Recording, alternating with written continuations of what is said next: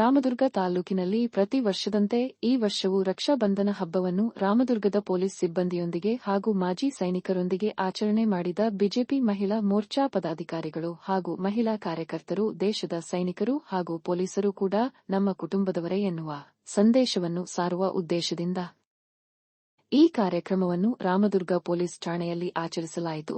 BJP ಜಿಲ್ಲಾ ಮಹಿಳಾ ಮೋರ್ಚಾ ಉಪಾಧ್ಯಕ್ಷರು, ಜಿಲ್ಲಾ ಸಹ ಸಂಚಾಲಕರು ಆದ ಶ್ರೀಮತಿ ಶಾಲಿನಿ ಇಳಿಗೇರ ಅವರು ಮಾತನಾಡಿದರು. ನಾವು ರಕ್ಷಾಬಂಧನ ದಿನಾಚರಣೆಯನ್ನ ಆಚರಣೆ ಮಾಡ್ತಾ ಇದ್ದೀವಿ. ಇವತ್ತು ನಾವು ಆಯ್ಕೆ ಮಾಡಿಕೊಂಡಂತ ಸ್ಥಳ ಯಾವುದಂದ್ರೆ ಆರಕ್ಷಕ ಠಾಣೆ.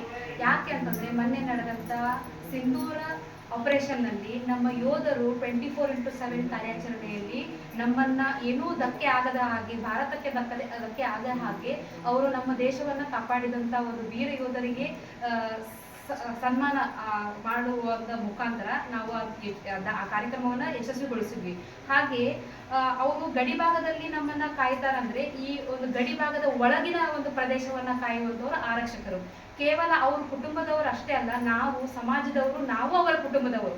ಹಾಗಾಗಿ ನಾವೆಲ್ಲರೂ ಮಹಿಳೆಯರು ಇವತ್ತು ರಕ್ಷಾಬಂಧನ ದಿನಾಚರಣೆಯನ್ನ ಆರಕ್ಷಕರೊಂದಿಗೆ ಆಚರಣೆ ಮಾಡ್ತಾ ಇದ್ದೀವಿ. ಇದರ ಮೂಲಕ ನಾವೇನ್ ಹೇಳಲಿಕ್ಕೆ ಇಷ್ಟಪಡ್ತೀವಿ ಅಂದ್ರೆ 24x7 ಸಮಾಜವನ್ನ ಸಂರಕ್ಷಿಸಲಿಕ್ಕೆ ಅವರು ತಮ್ಮ ಮನೆಯನ್ನು ಕುಟುಂಬವನ್ನು ಲೆಕ್ಕಿಸದೆ ಕಾರ್ಯವನ್ನ ನಿರ್ವಹಿಸುತ್ತಿದ್ದಾರೆ.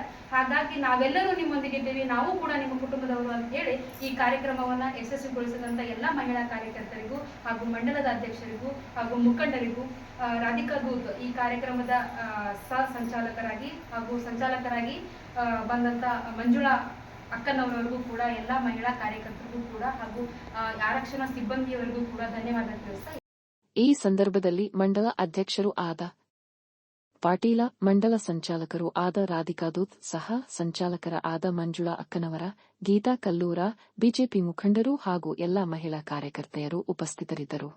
Thanks for watching Read, Discuss and Debate with editor Dr. Yan Prashant Rao. Wanted reporters in print, digital and visual media for Bharat Vaibhav Daily Newspaper, BV News 5 Channel and BV Fast Web News from all the talukas of Karnataka, Goa and Maharashtra. If interested, send your resume to 9019229369.